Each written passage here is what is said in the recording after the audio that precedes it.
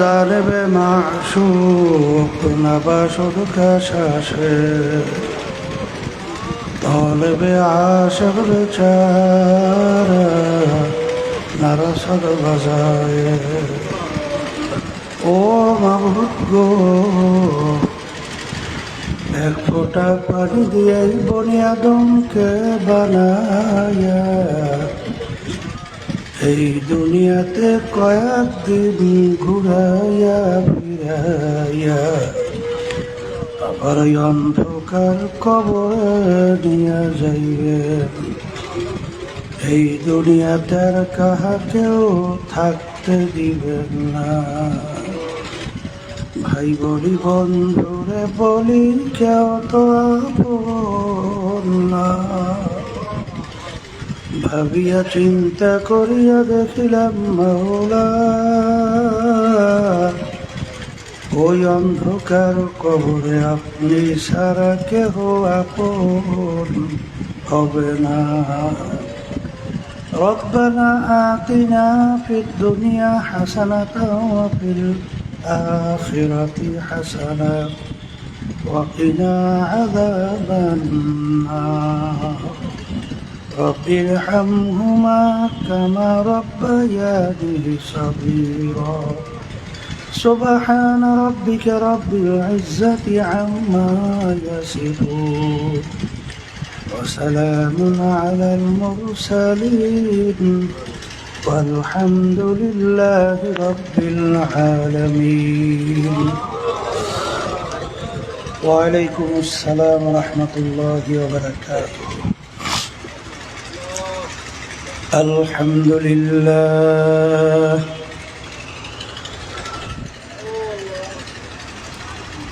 الحمد لله نحمده ونستعينه ونستغفره ونؤمن به ونتوكل عليه ونعوذ بالله من شرور أنفسنا. من يهده الله فلا مضل له ومن يضلله فلا هادي له. ونشهد أن لا إله إلا الله وحده لا شريك له. ونشهد أن محمدا عبده ورسوله. أما بعد فأعوذ بالله من الشيطان الرجيم. بسم الله الرحمن الرحيم. ولقد كرمنا بني آدم. وقال تعالى أولئك كالأنعام بل هم أضل. صدق الله العلي العظيم. সবাই দুরূদ শরীফ পড়ি। আল্লাহুম্মা সাল্লি আলা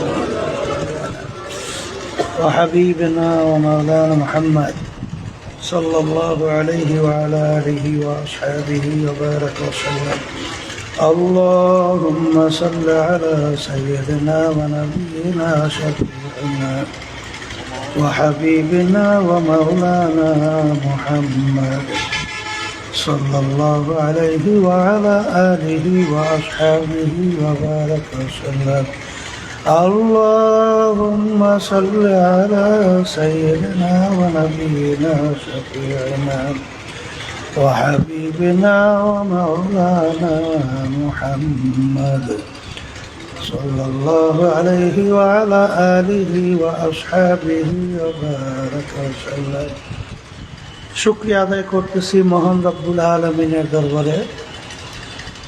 রব্বুল আলমিন ফিতনা ফাসাদের যুগে দুনিয়ার সমস্ত কাজ থেকে বিরত রেখে উলামায়ে কেরামদের মজলিস, জাকিরিন, শাকিরিন, সাদিকিন অনেক আল্লাহর খাস বান্দারা এই মজলিসের মধ্যে আছে, যাদের সঙ্গে আমাদের জীবনের একটা সময় আল্লাহ রাব্বুল আলামিন কাটাবার সুযোগ করে দিয়েছেন। শুকরিয়া কারণ সবাই বলি আলহামদুলিল্লাহ। অনেক লোকের কানে মাহফিলের দাওয়াত পৌঁছার পরেও অনেকের সুযোগ থাকা সত্ত্বেও মাহফিলে আসে নাই। আবার তালাশ করলে দেখবেন বহু দূর থেকে কষ্ট স্বীকার করে আমার অনেক ভাইরা এই মাহফিলে পাগলের মতো ছুটে চলে আসে। মান জাদ্দা বজাদা, যে যেই জিনিস পাওয়ার জন্য চেষ্টা করে ওই জিনিসে পাইয়াও যায়। দাদাজান আব্বাজান চরমনের জমিনে ঘুমায় আছে। আমার আব্বাজান বলতেন, দিনই মাহফিলে প্রথম থেকে শেষ পর্যন্ত থাইকা বাড়ি বিদায় হয়ে চলে গেলে আমল নামার মধ্যে কম পক্ষে হলেও 50 লক্ষ নেকি এরকম জমা হতেই পারে না। নিয়াত যাদের সহি, আল্লাহকে রাজি খুশির উদ্দেশ্যেই যারা আসছেন, আল্লাহ রাব্বুল আলামিন তাদের আমল নামার মধ্যে লক্ষ লক্ষ নেকিও দান করবে। এত নেকি পাওয়া যাবে জানার পরেও আশেপাশে রাস্তাঘাটে দোকানে বাজারে ঘরে অনেক আমার ভাইরা দুনিয়ার বিভিন্ন গল্পের মধ্যে লিপ্ত আছে। কেউ টেলিভিশন সাইরা ড্যান্স গানের ভিতরে লিপ্ত, কেউ বিভিন্ন হারাম কাজে টাসের আড্ডায়, জুয়ার আড্ডায়, মদের আড্ডায়। সুযোগ ছিল মাহফিলে আসতে পারত, সুযোগ থাকা সত্ত্বেও আসে নাই। না আসার কারণ হিসাবে আমার আব্বাজান রহমাতুল্লাহ আলাই বলতেন, বুঝের অভাব। কিসের অভাব? আর এই বুঝের জন্যই মাহফিলের ব্যবস্থা। আল্লাহ রাব্বুল আলামিনের কাছে দোয়া করেন, রব্বুল আলামিন আপনি আমাদেরকে দ্বীনের সহি বুঝ দান করেন। আল্লাহুম্মা আমিন। এই মাহফিলের এই মজলিসটাকে আল্লাহ রাসূল সাল্লাল্লাহু আলাইহি ওয়াসাল্লাম বলছেন বেহেশতের একটা বাগান। কিসের বাগান? এই মাহফিলের গুরুত্ব এবং নেকির পরিমাণ এবং নেকি সম্পর্কে আলোচনা করলাম। এক শ্রেণীর দেখবেন মুসলমানের ঘরে জন্মগ্রহণ কইরাও আমাদের এই কথাগুলো শুনে তারা কিন্তু হাসাহাসি করবে, টিটকারি মাইরা একজন আর একজনের গায়ের ভিতরে ঢইলে ঢইলে পড়বে। কথা ঠিক না? একটা নেকির মূল্য সম্পর্কে আল্লাহ রাসূল সাল্লাল্লাহু আলাইহি ওয়াসাল্লাম উহুদ পাহাড়কে ইঙ্গিত করে বলছিলেন, পুরা পাহাড়টা যদি স্বর্ণের হয়ে যায় এর যত মূল্য হবে তুলনা ছাড়া একটা নেকির মূল্য অনেক বেশি। একটা নেকির প্রয়োজন সম্পর্কে আল্লাহ রাব্বুল আলামিন কুরআনুল কারীমের ভিতরে বলছেন, ফামান ইয়ামাল মিসকালা যাররাতিন খায়রান ইয়ারা ওয়া মান ইয়ামাল মিসকালা যাররাতিন শাররান ইয়ারা।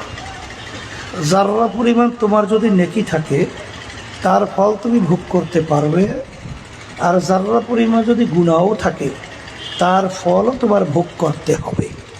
কে বলছেন? আল্লাহ। কথা ঠিক না? এখন আমার ভাইদেরকে বলবো, পর্দা আলে মা বোনরা যারা শুনছেন, আচ্ছা বলেন তো নেকি সংগ্রহের জায়গা কোথায়? বলেন দুনিয়াতে। কোথায়? আবার বলেন। একটা নেকির জন্য যদি কেউ ঠেকা বাজে কিয়ামতের ময়দান, সারা কিয়ামতের ময়দানে ঘুরে একটা নেকি সংগ্রহ করা যায়? যাবে? বলে তা কেমন? কিয়ামতের ময়দানটা এত ভয়াবহ হবে, এত কঠিন হবে।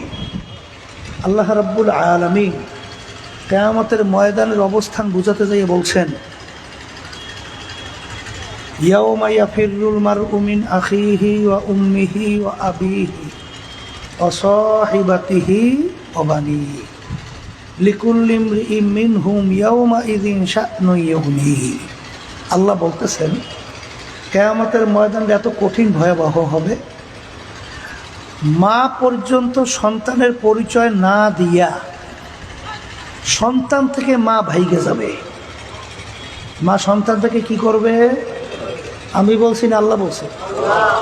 তাহলে মা যদি সন্তান থেকে ভাগে, আচ্ছা আপনি বলেন তো দ্বিতীয় এমন কে আপন আছে যে কিয়ামতের ময়দানে আপনাকে নেকি দেবে, পরিচয় দিবে? বলেন আছে? তাহলে ওই কিয়ামতের ভয়াবহ এই কঠিন অবস্থায় একটা নেকির যদি কারো ঠেকা বাজে, তখন বুঝবে নেকির কত গুরুত্ব। কথা ঠিক কিনা? দুনিয়ার মধ্যে এই যে অর্থ টাকা, এটা যার কাছে নাই আর প্রয়োজন, তখন সে বোঝে যে এটার কত দরকার। আমার এখনো মনে আছে, আমি যখন যাত্রাবাড়ি মাদ্রাসা পড়তেছিলাম, তখন আমার মেজো ভাই মদিনা ইউনিভার্সিটিতে পড়তো। তা সে বাংলাদেশে আসছে, মাদ্রাসায় আমাকে দেখার জন্য গেছে। যাওয়ার পরে বলতেছে, আগামী দিন আমি আবার রওনা করে যাব, তুমি সদরঘাট আইসো, ওখানে তোমার সাথে দেখা হবে। তা তখন তো আর আমি বুঝি নাই, হয়তো সময় হেরফের হয়ে গেছে। আমি সদরঘাট যাওয়ার পরে এখন যাইয়া সেখানে ভাইয়াকে পাইনি। এখন মাদ্রাসা পর্যন্ত আমার পৌঁছতে 1 টাকা আমার কম আছে ওই সময়। এখন একজনের কাছে আমি লোক পাঠাইলাম 10 টাকা ধার নেওয়ার জন্য ঋণ। সে বলতেছে আমার কাছে টাকা নাই।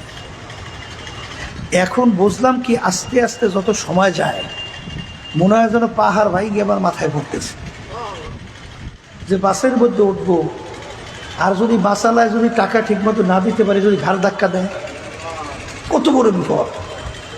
কারণ আল্লাহ আল্লাহ করতেছি, আল্লাহর কাছে দোয়া করতেছি, আল্লাহ ইজ্জতের বাসা, ইজ্জত বাঁচাবার মালিক আপনি। তা আমি যখন সদরঘাটের সামনে যাইয়া, ওখানে বড় একটা বাসের মধ্যে আগে কোনো সময় বাসে উঠি নেই, ওঠার পরে গুলিস্তান পর্যন্ত গেল। সেখানে যে ভাড়া, অন্য অন্য সময় মিনি বাসে যাইতাম, 8 আনা কম। তখন বলি আল্লাহ 8 আনা তো এখন বাকি আছে, 8 আনা তো বাইসে গেল। এখন চিন্তা করছি, এক বড় বাসে ওঠার পরে 8 আনা ভাড়া কমেছে, তাহলে মাদ্রাসার মধ্যে যাইয়ে পৌঁছতে আরও বড় বাসে উঠে দেয়। তা ঠিকই বড় বাসে উঠছি, নরসিংদী লাইনের বাস। ঠিকই ওখানে যাই নামার পরে দেখি সেখানেও 8 আনা ভাড়া কম। তা নামার পরে মনে হলো যে পাহাড় আমার মাথার থেকে সরিয়ে গেছে। আজকে 1 টাকা যখন প্রয়োজন, যার না থাকবে সে বোঝে যে 1 টাকার কত মূল্য।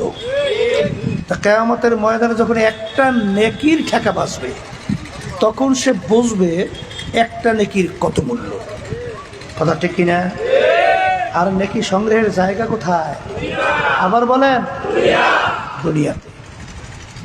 এখন আমার ভাইদেরকে বলবো, এত নেকি পাওয়া যাবে এটা জানার পরেও এক শ্রেণী আমার বাজানরা দুনিয়ার বিভিন্ন গল্পের ভিতরে লিপ্ত আছে না? এই বেচা কিনার ভিতরে লিপ্ত আছে না? বিভিন্ন দুনিয়ার হারাম কাজের ভিতরে লিপ্ত আছে না? তাদের কাছে নেকির গুরুত্ব আছে? কথা বলে না কেন? আছে? নাই।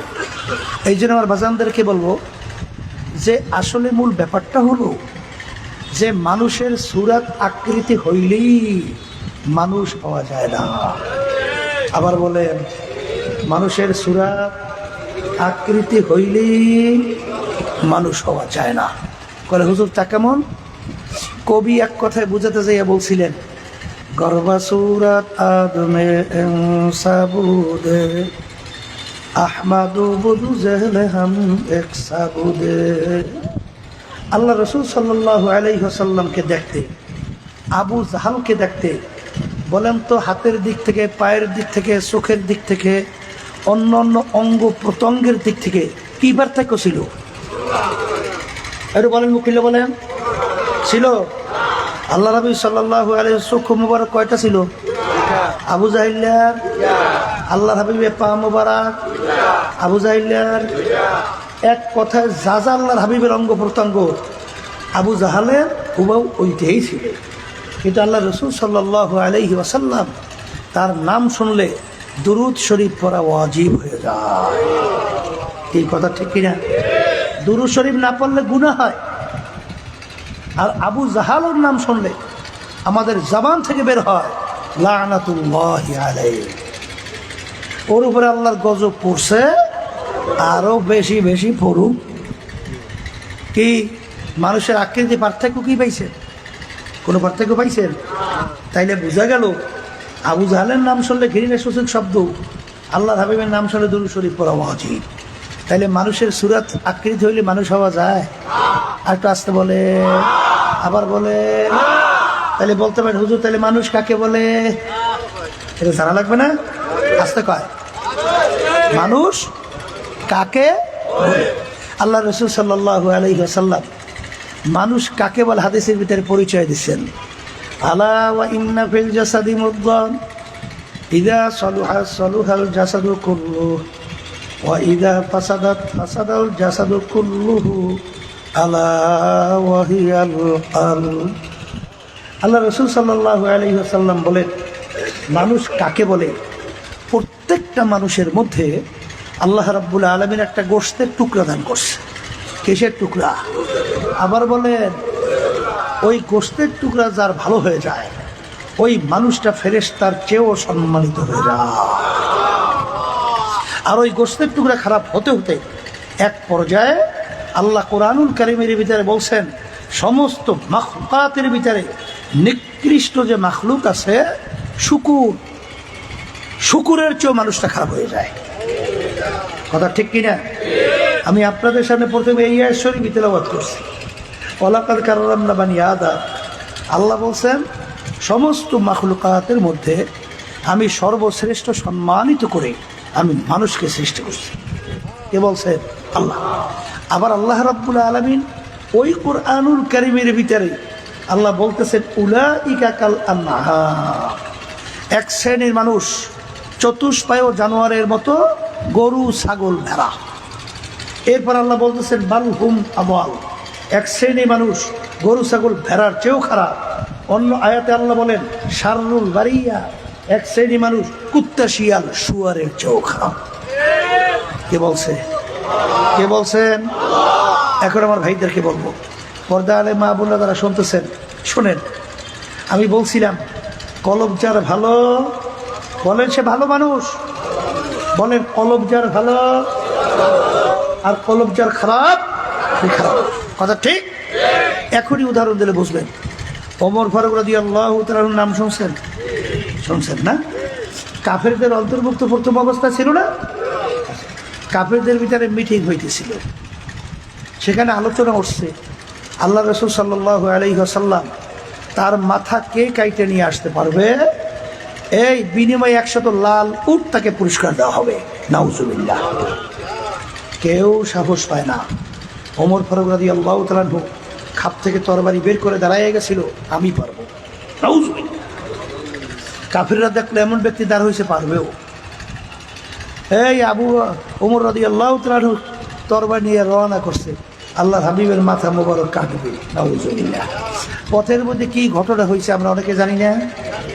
এই এমন পরিবর্তন আল্লাহ ঘটাইয়া দিয়েছে, ওই তরবারি নিয়েই সর্বপ্রথম ইসলামের পক্ষে আল্লাহ হাবিব সাল্লাল্লাহু আলাইহি ওয়াসাল্লাম সহ রাজপথে প্রকাশ্যে নারায়ে তাকবীর আল্লাহু আকবার স্লোগান দিয়া ইসলামের পক্ষে নেমে গেছে। আচ্ছা বলেন তো, একটু আগে ছিল যেই লোকটা এই মানুষের ভিতরে নিকৃষ্ট, সেই লোকটা এখন মানুষের ভিতরে শ্রেষ্ঠ উৎকৃষ্ট হয়ে গেছে। এই কথা ঠিক না? আচ্ছা এখন বলেন তো, একটু আগে যখন আল্লাহর হাবিবকে কতল করার জন্য রওনা করছে তখন তার চক্ষু ছিল 2টা, আর এখন ইসলামের পক্ষে আল্লাহর হাবিব সহ রাজপথে নামছে, এখন তার চক্ষু 4টা। কয়টা? 2টাই আছে। তাহলে এই একটু আগে ছিল হাত 2টা, এখন আল্লাহর হাবিব সহ যখন রাস্তা ইসলামের পক্ষে নামছে এখন হাত 4টা না 2টা? পায়ের দেখতে পার্থক্য কি হয়েছে? অন্যান্য অঙ্গ প্রত্যঙ্গ সব ঠিক আছে, তাহলে কোন জায়গাটায় পার্থক্য হইল? কথা বলে না। বলেন কলবের পার্থক্য। কিসের পার্থক্য? আবার জোরে বলেন। এখন আমার ভাইদেরকে বলবো, সংক্ষেপ কথা, বেশি লম্বা চওড়া না। শোনেন, বেহেশতে যাইতে চান না? আসতে কয় বেহেশতে যাইতে চান না? চান। জাহান্নাম থেকে বাঁচতে চান না? তাহলে বেহেশতে যারা যাইতে চান, আল্লাহ রাব্বুল আলামিন বেহেশতে যাওয়ার জন্য শর্ত লাগাইছেন। কি লাগাইছেন? কি লাগাইছেন? শর্ত। কি শর্ত? আল্লাহ রাব্বুল আলামিন বলতেছেন, ইল্লা মান আতাল্লাহা বিকলবিন সালিম। পরিষ্কার, এই আপনার সামনে যে শর্ত হবে, পরিষ্কার পরিচ্ছন্ন কলব ছাড়া আল্লাহ রাব্বুল আলামিন বলে আমার পবিত্র জায়গা বেহেশতের মধ্যে হবে না। কে বলছে? আবার জোরে বলেন। তাহলে বেহেশতে ঢুকতে হইলে কি কলব লাগবে? আবার বলেন। কলবে সালিম মানে কি? পরিষ্কার পরিচ্ছন্ন সুস্থ কলব। কথা ঠিক না বেটি? আল্লাহ রাব্বুল আলামিন কোরআন কারীম প্রায় 11টা কসম করার পরে এক সূরার মধ্যে আল্লাহ রাব্বুল আলামিন বলতেছেন, ক্বাদ আফলাহা মান যাক্কাহা ওয়া ক্বাদ খাবা মান দাসসাহা।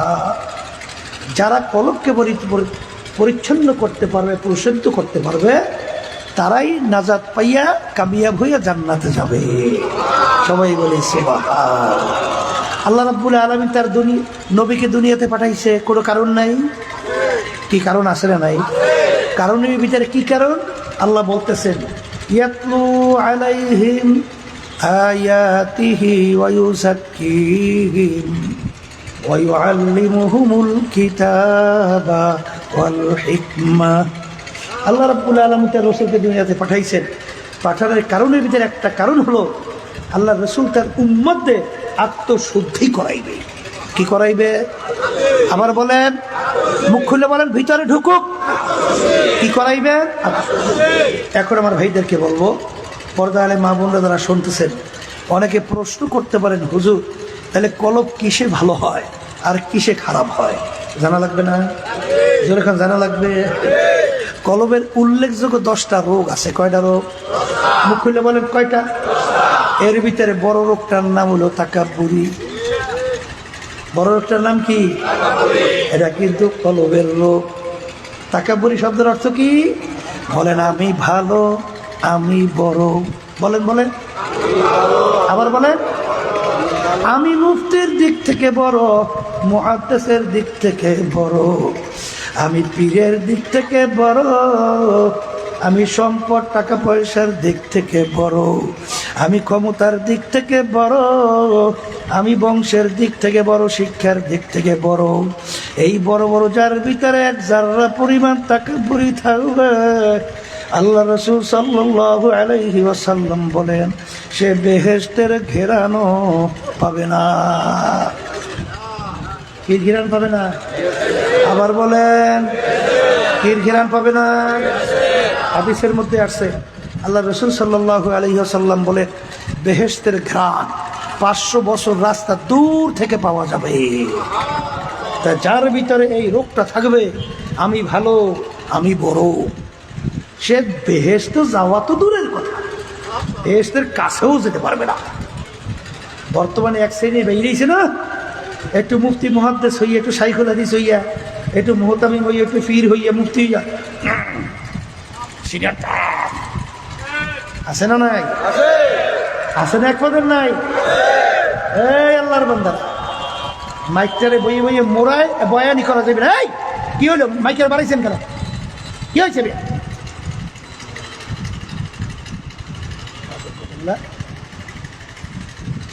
যেই কথা বলতে চাইছিলাম, এই আমি ভালো, আমি বড়, এইটা বলার শক্তি দুনিয়ার কোনো মানুষের আছে? হ্যাঁ, আচ্ছা বলেন তো, গুনাহ করেন নাই এরকম নবী রাসূল আছে কে? আছে কেউ? আছে? হ্যাঁ, যদি কেউ বলে ও মিথ্যুক। কারণ আল্লাহ রাসূল সাল্লাল্লাহু আলাইহি ওয়াসাল্লাম কি বলেন? কুল্লুকুম খাত্তাউন, তোমরা সবাই গুনাহগার। গুনাহগার ছাড়া কেউ আছে? তা যদি না থাকে, আচ্ছা বলেন তো, আপনার আমার গুনাহ মাফ হয়ে গেছে এরকম সার্টিফিকেট গ্যারান্টি কে কে পাইছেন? আমার গুনাহ মাফ মাফ পাইছেন কে? পান নাই?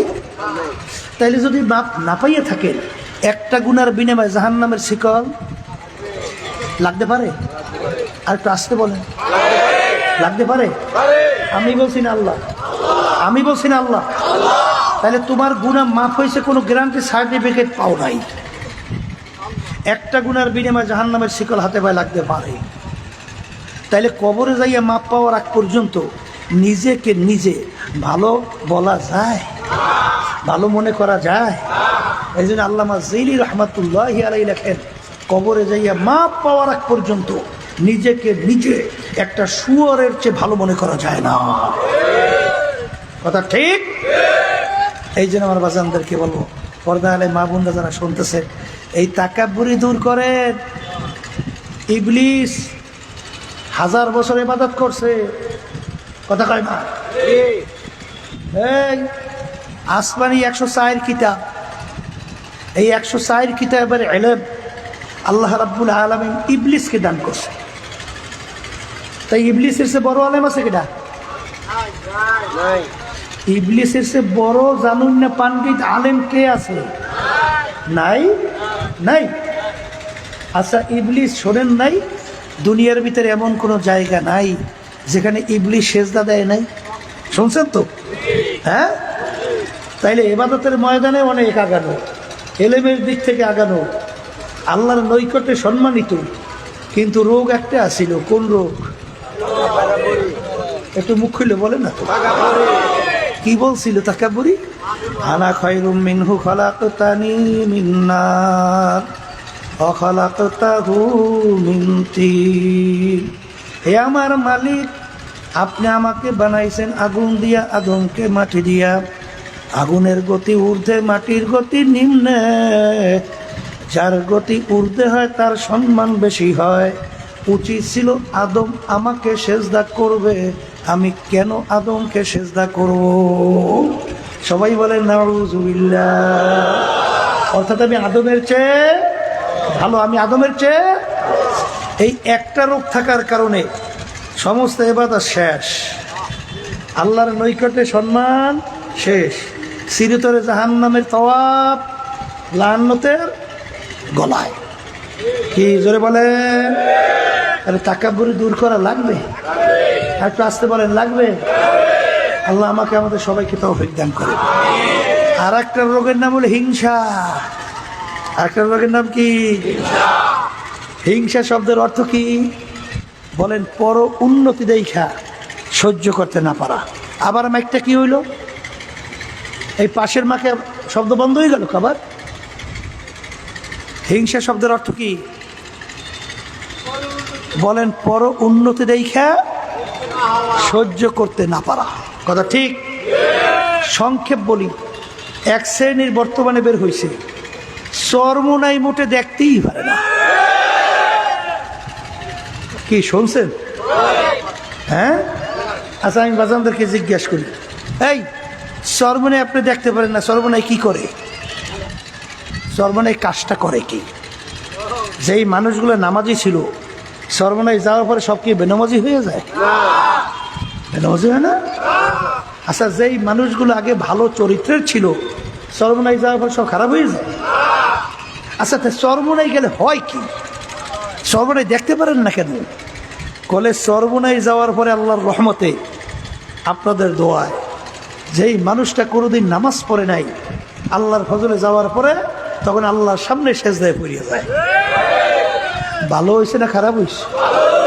যেই লোকটাকে ডাকাতি করত, চাঁদাবাজি করত, সন্ত্রাসী করত, এখন চর্মনাই যাওয়ার পরে, আল্লাহ দিনের বুঝ দেওয়ার পরে, এখন সে চাঁদাবাজি ছাইড়া দিছে, সন্ত্রাসী ছাইড়া দিছে, এখন সে মিথ্যা ছাইড়া দিছে, জুলুম ছাইড়া দিছে। আছে না নাই? আছে না নাই? তাহলে চর্মনাই গেলে মানুষগুলো ভালো হয় না খারাপ হয়? আর তাহলে যেখানে গেলে মানুষগুলো ভালো হয়, তাহলে সেখানে চর্মনাই তুমি দেখতে পারো না কেন? আস্তে বলতে হবে। কি হিংসা? না? এখন আমার বাচ্চাদেরকে বলি, আচ্ছা হিংসা যদি তোমার মধ্যে থাকে, তাহলে চর্মনের কি হবে? হ্যাঁ, তুমি টাইম নিয়ে চর্মনাই ধ্বংস করতে পারবে না। যেই বাতি আমার মালিক জ্বালায়, ওই বাতি নিবাবার শক্তি দুনিয়ার কোনো নাই। চর্মনাই যদি আল্লাহ কবুল করে, তুমি করবা কি? আমি কি করব? কিছু করার আছে? কেউ পারবে করতে? পারছে আজ পর্যন্ত? যেই বাতি আল্লাহ জ্বালায়, সেই বাতি তুমি নিবাবা কিভাবে? ওই বাতি তুমি নিবাতে গেলে তোমার সোসমস পুরিয়া তুমি শেষ। কথা ঠিক কিনা? এই আল্লাহর বান্দারা, যদি এই রোগটা তোমার মধ্যে থাকে, তুমি পীর হইতে পারো, তুমি মুফতি হতে পারো, তুমি মুহাদ্দিস হতে পারো, তাহাজ্জুদ গুজার হতে পারো, কপালে দাগ পরাতে পারো, এই দান সদকা করতে পারো, এই তাসবিহ 24 ঘন্টা মাওলার জিকির করতে পারো, 10 বার হজ করতে পারো, কিন্তু আল্লাহ রাসূল সাল্লাল্লাহু আলাইহি ওয়াসাল্লাম বলেন, আল হাসাদু ইয়াকুলুল হাসানাত, যার ভিতরে হিংসা থাকবে তার আমলনামার ভিতরে যত নেকি থাকবে সমস্ত নেকি হিংসার আগুনে জ্বালাইয়া আমলনামা একেবারে নেকি মুক্ত। আমি বলছি না, আল্লাহ রাসূল সাল্লাল্লাহু আলাইহি ওয়াসাল্লাম বলছেন।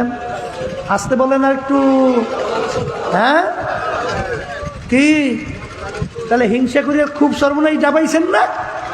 না তুমি ধ্বংস হইছো? কি কোন লাভ আছে? এই রোগটা কলবের রোগ দূর করা লাগবে। আর একটা রোগের নাম হলো হুব্বেজা, হুব্বে মাল, মালের মোহাব্বত, সম্মানের মোহাব্বত, পদের মোহাব্বত, এরকম বিভিন্ন কায়দায় কায়দায়, এক কথায় দুনিয়ার মোহ। বর্তমানে বাংলাদেশের ভিতরে শতকরা 92 জনের মতো মুসলমান বসবাস করে। এই দেশের ভিতরে আলেম ওলামা তুলাবা আল্লাহর ফজলে অভাব নাই।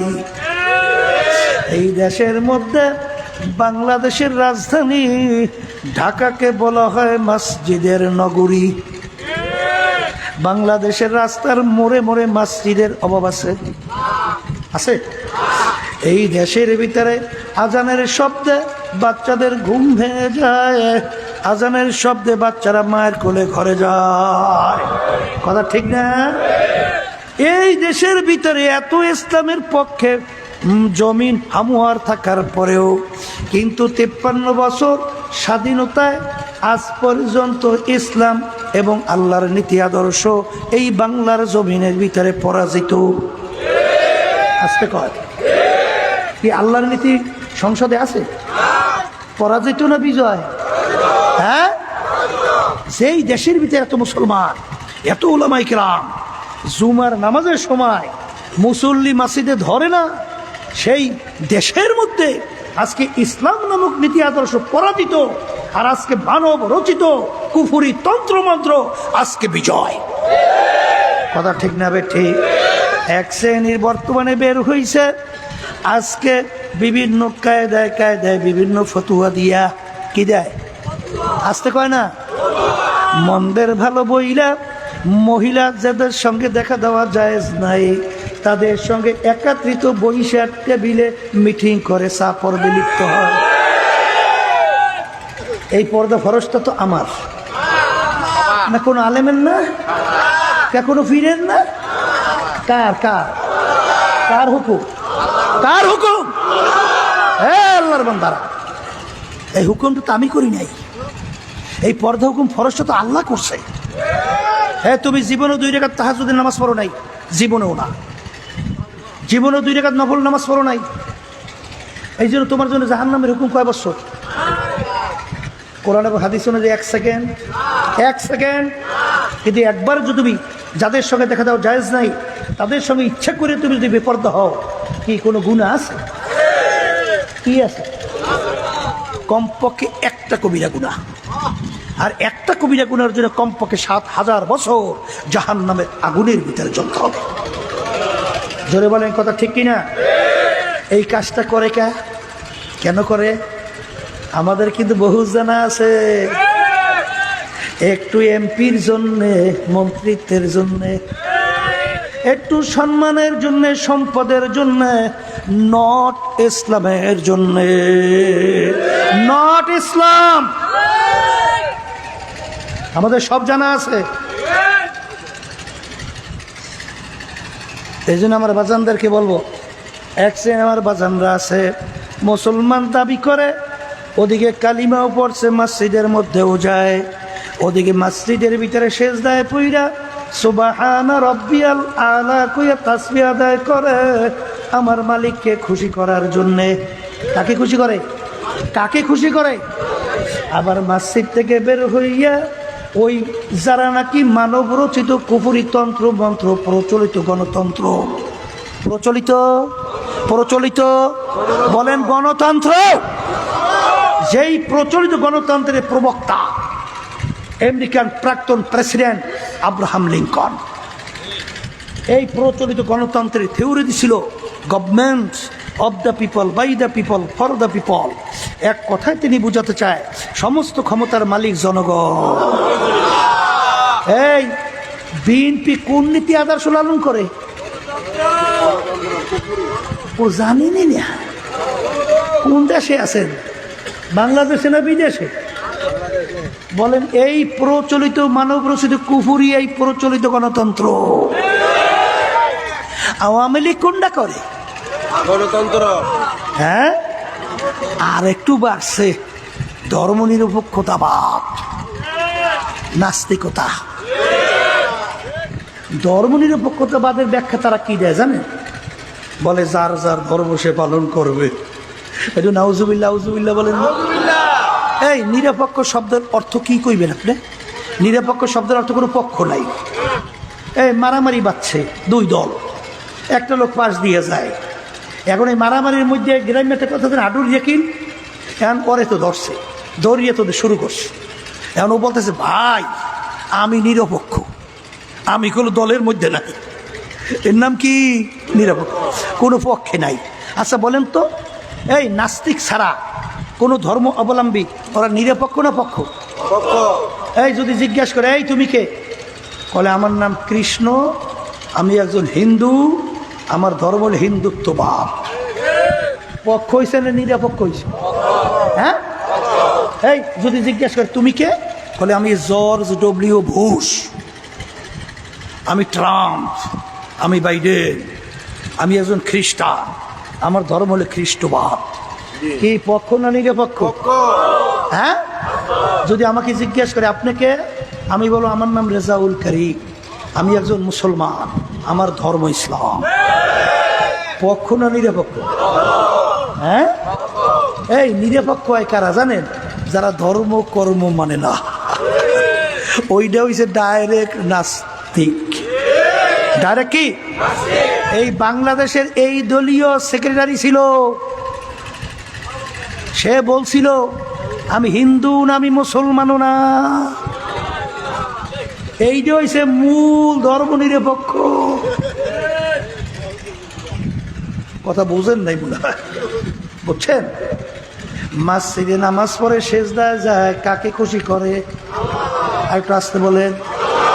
আবার মসজিদ থেকে বের হইয়া এই যারা নাকি মানব রচিত কুফুরি তন্ত্র মন্ত্র প্রতিষ্ঠিত করতে চায় তাদের পক্ষে নাইমা তাদের নেতাদের পিছনে স্লোগান দেয় আমার নেতার চরিত্র ফুলের মতো পবিত্র, ওদিকে নামাজ পড়ে না একক, তো দাঁড়াইয়া দাঁড়াইয়া প্রস্তাব করতেও ভুল করে না। ও যে কত বড় শয়তান এ আর না জানলে তো বুঝবেন না। ওর মতো শয়তান, ওগুলোর মতো শয়তান এ দুনিয়াতে নাই। কারণ আমার রিক্সা চালক ভাইরা রাস্তার ভিতরে রোদ রিক্সা চালায় না, এই রোদ্রে ঘাম পায়ের নিচে পড়ে না টপ টপ টপ টপ কইরা। এই রিক্সার উপরে সরকারি একটা ব্যাড ট্যাক্স নাই, এই টাকা সরকারি ফান্ডে জমা হয় না। ওরা ক্ষমতায় মস্তাদে চেয়ারে বৈশা এই টাকা পাচার কইরা বিদেশে কানাডা সহ বেগমপাড়া তৈরি করে না। এর মতো নিকৃষ্ট এক উত্তরসেও খারাপ, জোরে বলে কথা ঠিক না বেটি? এখন নাইমে তাদের পক্ষে স্লোগান দেয় আমার নেতার চরিত্র ফুলের মতো বলে পবিত্র, নামাজ পড়ে না একক, তো জনগণের টাকা মাইরিয়া লুটপাট কইরা খুন কইরা গুম কইরা জুলুম কইরা মিথ্যে বইরা এইবার আরো আরো যা আছে এত সে আসি নে হ্যাঁ বলে ওই ফুলের মতো চরিত্র। তাই তোমার এইটার যদি ফুলের মতো চরিত্র পবিত্র, তাহলে কুত্তার চরিত্রটা কি করবা? আসতে বলো কথা ঠিক না মানে? বাজানরা কেউ রাগ করবে না, পা ধরছে, বোঝার চেষ্টা করে। এখন বাহিরে নাই মা স্লোগান দেয়, নেতা নেত্রীকে খুশি করে। ওদিকে মসজিদে সেজদায় পইরা সেজদা দিয়া খুশি করছে কাকে? আবার বাহিরে নাই না তাদের দলভুক্ত ইয়া স্লোগান দিয়া খুশি করে কাকে? বলেন দল দলের নেতা নেত্রীকে, জোরে বলেন কথা ঠিক নিয়া। এ কবরের যাত্রীরা ভালো করে যায় না রাখো। আল্লাহ রাসূল সাল্লাল্লাহু আলাইহি ওয়াসাল্লাম বলেন, দুনিয়া এবং আখিরাতের সম্পর্ক কাযুররাতাইন, দুই সতীনের মতো। দুনিয়া এবং আখিরাতের সম্পর্ক কি? এই সতীন চেনেন তো? আবার সিটিয়াংয়েরা বোঝেন কি না? আল্লাহ ভালো ভালো জানে। বোঝেন তো? মানে এক আল্লাহর বান্দার দুই বউ, বুঝছেন? এখন এই দুই বউ হইছে সতীন, বুঝছেন? আচ্ছা বলেন তো, এমন কোন বেটা আছে যে দোনো স্ত্রীকে একসঙ্গে খুশি রাখতে পারছে? আপনাদের জানা আছে? আমাদের জানা নাই। ওই গ্রামে একটা কথা শুনছি, বুঝছেন? ওই ঘরের ভিতরে তো দুই বউ, একজনকে ভালোবাসলে আর একজন কি বেজান না?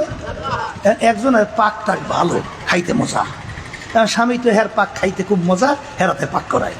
কারণ আর একজনে চিন্তা করে কি কায়দা করা যায়। তো একদিন পাক চড়াইয়া যখন পাশে গেছে কোদলে নুন আইয়া তরকারির মধ্যে দিয়ে দিচ্ছে। এখন স্বামী যখন খাইতে বসছে, নুনের জ্বালায় এখন তো মুখে দিতে পারেন, ওরা জিব্বা পড়িয়েছে। এখন বলছে ঘটনাটা কি হয়েছে। এখন বলতেছে আজকে পাকটা এত সুন্দর হয়েছে, মানে এরকম পাকা বলারই কায়দা না, এত সুন্দর। এখন সে নুন দেশে দৌড়ি গেছে, আজ খুব ভালো হয়েছে, খুব সুন্দর হয়েছে। বলে খাইতেন কায়দা মতো, যদি আমি একটু নুন না দিয়ে দিতাম তা খাইতেন ভালো করে। জোরে আইসেন না কি? 100 দিন আর 100 দিনকে দেখতে পারে, দোনোদের একসঙ্গে খুশি রাখা যায়? আল্লাহ রাসূল সাল্লাল্লাহু আলাইহি ওয়াসাল্লাম বলেন, দুনিয়া এবং আখিরাত একসঙ্গে যদি কেউ খুশি রাখতে চাও, কোনো দিন সম্ভব না। আমি বলি নাই, আল্লাহ রাসূল সাল্লাল্লাহু আলাইহি ওয়াসাল্লাম বলেন, আমি শুনাইতেছি। যদি তুমি দুনিয়াকে খুশি করো, আখিরাত বেজার হবেই হবে। আর যদি তুমি আখিরাতকে খুশি করো, দুনিয়া বেজার হবেই হবে। এই জন্যই বাজার নিয়ম আছে, দু কিস্তি পর নেহাদানকে চেরা যায়।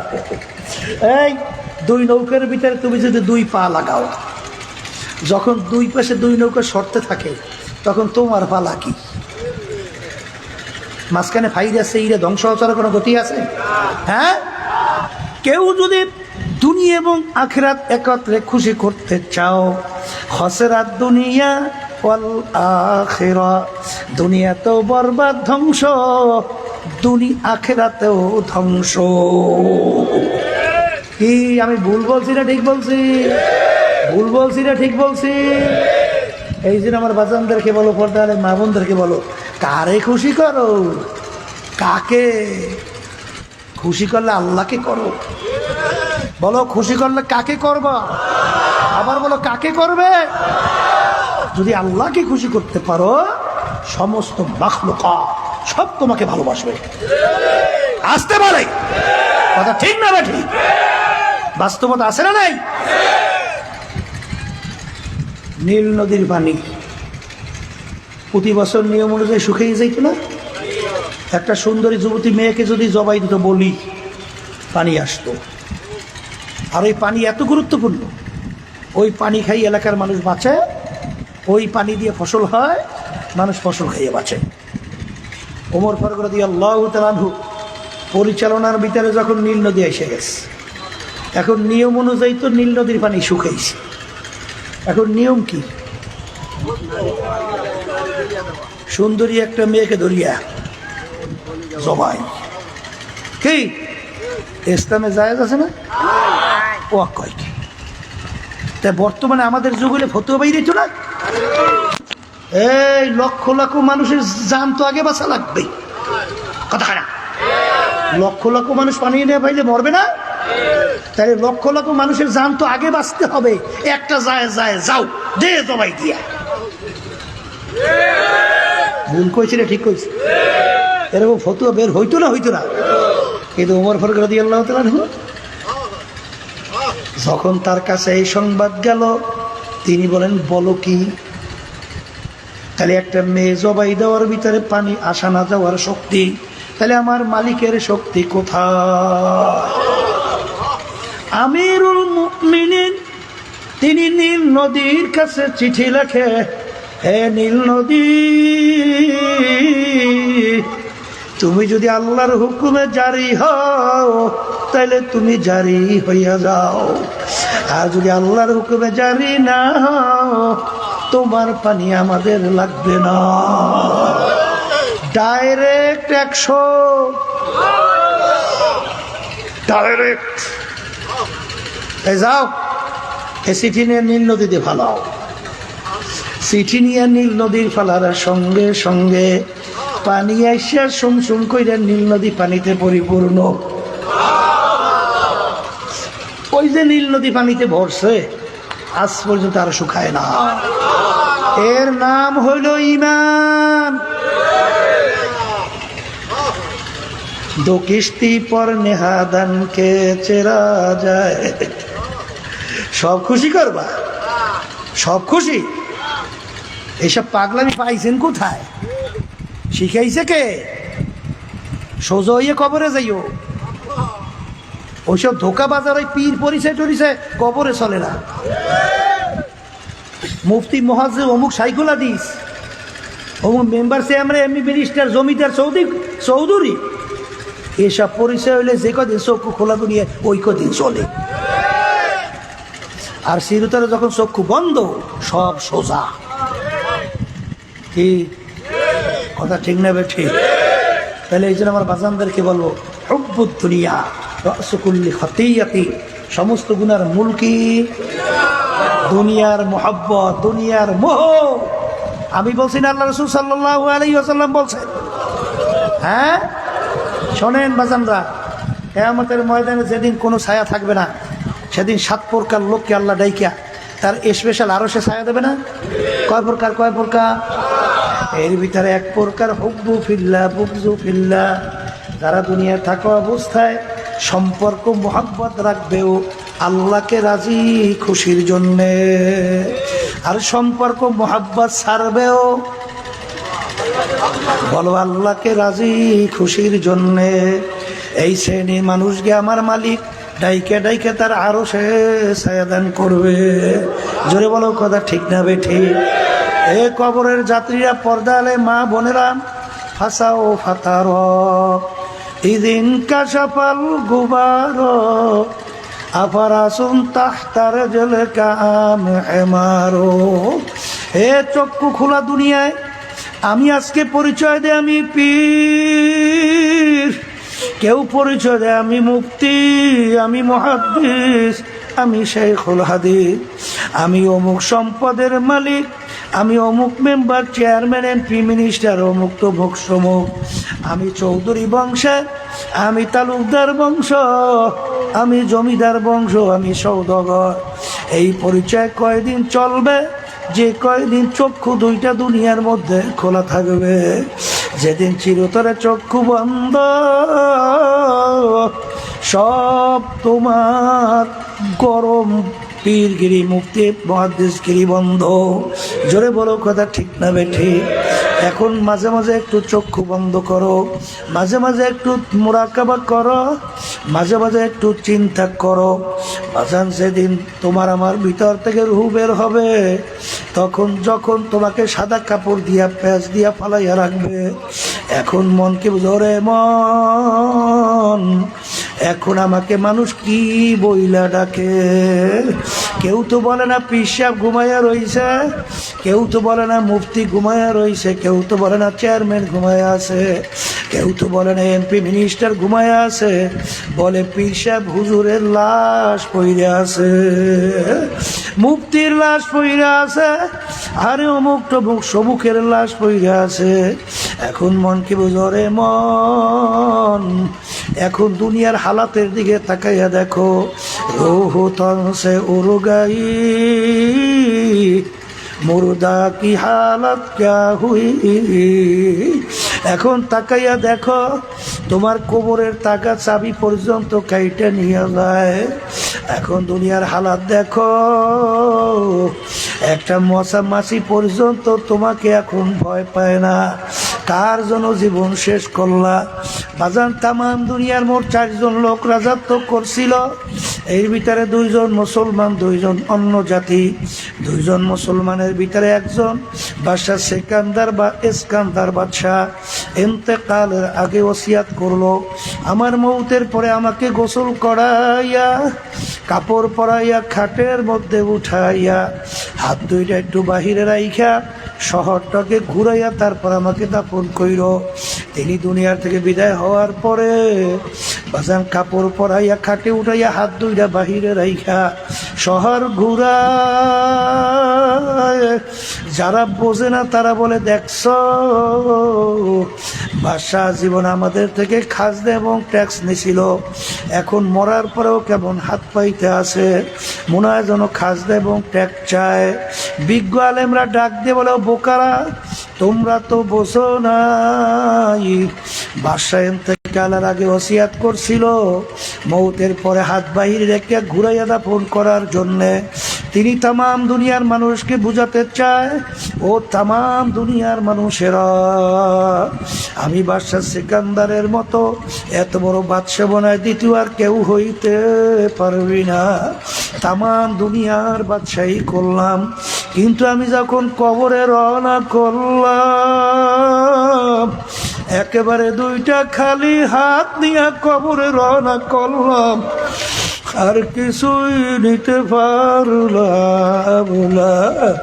এই যে আমার বাজানদেরকে বলবো, পর্দালে মা বোনরা যারা শুনতেছো বাজান, কোন দুনিয়ার পিছনে পড়ছেন, কোন ক্ষমতার পিছনে পড়ছেন, কোন সম্মানের পিছনে পড়ছেন? বাবা সম্মান দিয়ে কি করবা? ডাকাইতের দলের সর্দার, ডাকাইতের দলের কত সম্মান সর্দারে, যদি দলীয় লোক কোনো অন্যায় করে অনেক সময় গুলি কইরাও মাইরা ফালায়।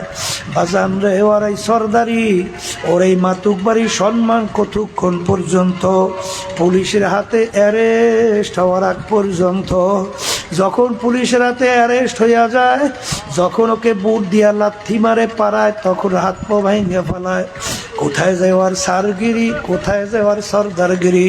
ঠিক কবরের যাত্রীরা আজকে দুনিয়ার ভিতরে পরিচয় দিয়া চলে, আমি পীর, আমি মুফতি, আমি চেয়ারম্যান, আমি মেম্বার, আমি এতগুলা বাড়ির মালিক, এতগুলা গাড়ির মালিক, আমি অমুক তমুক সমুক। এই পরিচয় কয়দিন? যে কয়দিন দুনিয়ার ভিতরে চক্ষু খোলা থাকবে, যেদিন তোমার বাড়ির দরজায় আমার মালিকের হুকুম অনুযায়ী আজরাইল আলাইহিস সালাতু ওয়াস সালাম সিটি বাজাইয়া বলবে, যেদিন তোমার পেটখানা মৌতের বিছানায় ভাসাইয়া দিবা। এখন তাকাইয়া দেখো, যত ডাক্তার কবিরাজ তোমাকে চেষ্টা করুক না কেন, যত স্যালাইন তোমার শরীরে পুশ করুক না কেন, যত ঔষধ প্রয়োগ করুক না কেন, বাজান রাখতে কিন্তু আর পারবে না। এই জন্য আমার বাজানদেরকে বলবো, যারা দুনিয়ার পাগল হয়েছে একটু মাঝে মাঝে একটু চিন্তা করো, মোরা খাওয়া করো। বাজান দুনিয়া কিন্তু ক্ষণস্থায়ী, আখেরাত কিন্তু স্থায়ী। দুনিয়া কেমন ক্ষণস্থায়ী? আল্লাহু আকবার, আল্লাহু আকবার। আল্লাহর হাবিব বলেন, আলী তুমি মৃত্যুকে কত দূরে মনে করো? আলী রাদিয়াল্লাহু তাআলা আনহু বলেন, হে আল্লাহর রাসূল সাল্লাল্লাহু আলাইহি ওয়াসাল্লাম, আমি যখন নামাজের জন্য ওযু করতে যাই তখন আমি খেয়াল করি আমার জীবনের শেষ ওযু এইটাই হতে পারে। আল্লাহর হাবিব বলেন, আলী তুমি ভুল করছো, এক নামাজ থেকে অন্য নামাজ আসতে মাঝখানে অনেক সময়ের ব্যবধান। আলী তুমি যখন নামাজে ডান দিকে সালাম ফিরাও তখন তুমি খেয়াল করো বাম দিকে সালাম ফিরাতে পারি কিনা। এইটা হইল দুনিয়া। এ দুনিয়া পাগল আমার বাবারা, দুনিয়ার কাজের ভিতরে 5 বার যদি কেউ ঠগো, আবার ওই কাজের ভিতরে চেষ্টা করলে জিতবার আশা করা যায়, কিন্তু একবার যদি কেউ কবরে যাইয়া ঠগো, আর দ্বিতীয়বার দুনিয়াতে আইসা ফিল কইরা জিদ্দার কিন্তু আর আশা নাই। এই জন্য আমার বাচ্চাদেরকে বলবো, পর্দালে মা বোনদেরকে বলবো, ও সাহাবায়ে কেরামদের ইতিহাস পড়ে দেখেন। বাজান ওমর ফারুক রাদিয়াল্লাহু তাআলা আনহু অর্ধেক দুনিয়ার রাজত্ব করছিলেন, বাংলাদেশের মতো প্রায় 200 দেশের রাজা। তার ইতিহাস পড়লে দেখবেন তিনি আমার মাওলার ভয় কানতে কানতে গালের ভিতরে 2টা দাগ পড়ে গেছিল। লোকেরা বলে আমিরুল মুমিনিন, দাগ ভালো দেখা যায় না, ঔষধ লাগান ভালো হবে। তিনি বলেন, ও আমার সাথীরা, কিয়ামতের ময়দানে আমার মাওলা যখন জিজ্ঞাসা করবে, ওমর কি আমল তুমি আমার কাছে নিয়ে আসছো, আমি চিন্তা করিয়া দেখলাম আমলের ভিতরে ত্রুটির অভাব নাই, শুধু বলবো মালিক তোমার আযাব গজবের ভয়, জাহান্নামের ভয়। কানতে কানতে দাগ পরাইয়া নিয়ে আসছি। ওসমান গনি রাদিয়াল্লাহু তাআলা আনহু এই বাংলাদেশের মতো প্রায় 350 দেশের মতো রাজত্ব করছিলেন। তার ইতিহাস পড়লে দেখবেন অনেক সময় কবর দেখলে এমনভাবে অঝরে কান্না শুরু করতেন, কানতে কানতে অনেক সময় দাঁড়ানো অবস্থায় ঠাস করে বসে পড়তো। লোকেরা বলে, হযরত আপনি কবর দেখলে এরকম কেন অস্থির হইয়া যায়? তিনি বলে, আমার সাথীরা, আখিরাতের যেই কটা খাঁটি, তার প্রথম নম্বর খাঁটি হইল কবর। এই কবরে যার সঙ্গে ভালো ব্যবহার হবে, সামনের ঘাটিতেও ভালো ব্যবহারের আশা করা যায়। এই জন্য আমি কবর দেখলে সহ্য করতে পারি না। এক কথায় যেই মামলার তদবির নাই, ওই মামলারও কিন্তু খালাস নাই। এ কবরের যাত্রীরা, আমাদের এই তরিকার মুরব্বীদের ভিতরে একজন রশিদ আহমদ গাঙ্গুহি রহমাতুল্লাহ আলাইহি, যত হাদিস সনদ তুমি পড়বা, রশিদ আহমদ গাঙ্গুহি রহমাতুল্লাহ আলাইহি নাম উল্লেখ কইরা তারপর সামনে যাওয়া লাগবে। তিনি বাগান কুতুবুল আলম ছিল, আল্লাহ প্রায় 1 লক্ষ হাদিস তার মুখস্থ হয়েছিল। বাজার এত বড় মুহাদ্দিস, এত বড় আলেম, এত বড় বাজান আল্লাহর কত। তিনি ওই ইতিহাস পড়লে দেখবেন কানতে কানতে বুড়া অবস্থায় চক্ষু 2 অন্ধ হইয়া গেছিল। আল্লাহ, লোকেরা বলে হুজুর চক্ষু অপারেশন করেন ভালো হবে। হুজুর বলেন, বাজান আরে চক্ষু অপারেশন করলে আমার নামাজ কাজা হইতে পারে, নামাজ কাজা করে আমার চক্ষু লাগবে না। হুজুর এমন ডাক্তার আসছে, এশার নামাজের পরে অপারেশন করবেন, ফজরের নামাজ পড়তে পারবেন।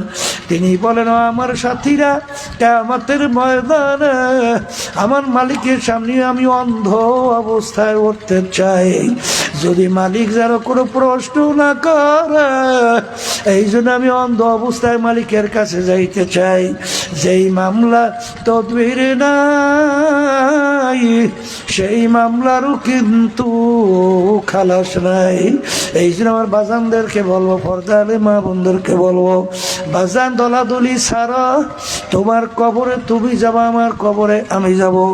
আমার কবরের প্রশ্নের উত্তর আমি দিব, তোমার কবরের প্রশ্নের উত্তর তুমি দিবা। যদি কেউ পরিচয়, আমি চরমনায়ের মুরিদ, আমি ফুরফুরার মুরিদ, জৈনপুরের মুরিদ, আমি তাবলিগ জামাতের লোক, আমি জামাতে ইসলামের লোক, আমি অমুক টমুক সমুখের দলের লোক। বাজান এই পরিচয় কিন্তু কবরে চলবে না।